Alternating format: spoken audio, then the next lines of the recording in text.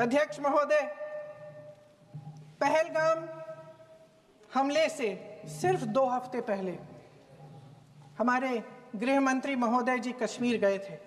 किस लिए गए थे? जो सुरक्षा की व्यवस्था है इसको देखने के लिए गए थे, इसको रिव्यू करने के लिए गए थे और उन्होंने वहां कहा कि आतंकवाद पर विजय प्राप्त हुई है। ये 2 हफ्ते पहले है।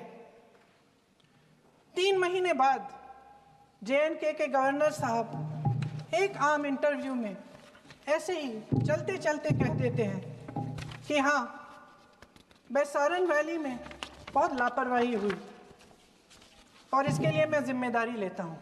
ऐसे ही चलते चलते, और वो बात होती है, ख़त्म भी वहाँ होती है और वहीं ख़त्म हो जाती है। उनसे जिम्मेदारी ली भी नहीं जाती, कोई सवाल नहीं उठाता, कोई जवाब नहीं देता। अध्यक्ष महोदय,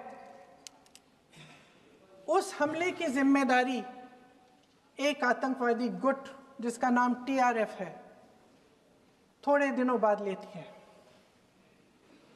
कौन है ये TRF?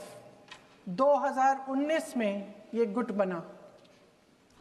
2020 में इसने कश्मीर में आतंकवाद का काम शुरू कर दिया और 2020 अप्रैल 2020 से लेकर 22 अप्रैल 2025 तक इन्होंने 25 आतंकवादी हमले किए।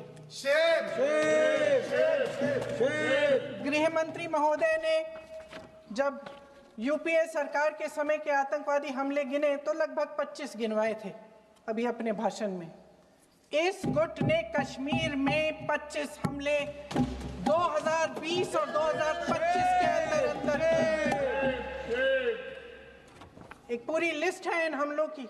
मेरे पास इतना समय नहीं है इसलिए मैं एक एक को नहीं पढ़ना चाहती, लेकिन मैं इतना कहूंगी कि इनमें रियासी का हमला भी था 2024 का, जिसमें 9 लोग मारे गए और 41 लोग घायल हुए।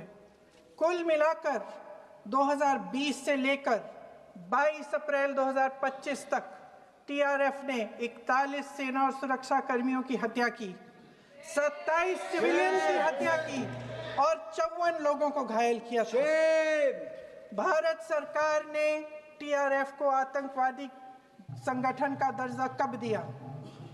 2020 में दिया, 2021 में दिया, 2022 में दिया, 2023 में दिया। 3 साल बाद, 3 सालों के लिए ये आतंकवादी गतिविधियां कर रहे हैं और आप इनको आतंकवादी संगठन तब कहते हैं 2023 में। इसकी क्या वजह थी? ये सब सरकार के संज्ञान में था और आप मुझे बताना चाहते हैं, सत्ता पक्ष के नेता बताना चाहते हैं कि ये सब आपके संज्ञान में था, लेकिन कोई भी एक ऐसी एजेंसी नहीं है हमारी सरकार की जिसको पता चला कि ऐसा हमला, ऐसा भयानक हमला होने जा रहा है हमारे देश में, कि पाकिस्तान में बैठे हुए इस हमले की योजना बन रही है कि हम भारत जाके हैवानियत करेंगे, 26 लोगों को मार डालेंगे और हमें पता ही नहीं है। क्या ये हमारी एजेंसियों की विफलता है कि नहीं है? ये बहुत बड़ी विफलता है, एक बहुत बड़ी विफलता है। जानते थे कि ये गुट है, जानते थे कि 5 सालों से ये आतंकवादी हमले कर रहा है, अध्यापकों को मारा, आर्मी के बड़े बड़े अफसरों को मारा, आम जनता को मार डाला, पुलिस वालों को मार डाला, और आप इन पे निगरानी नहीं रख रहे थे।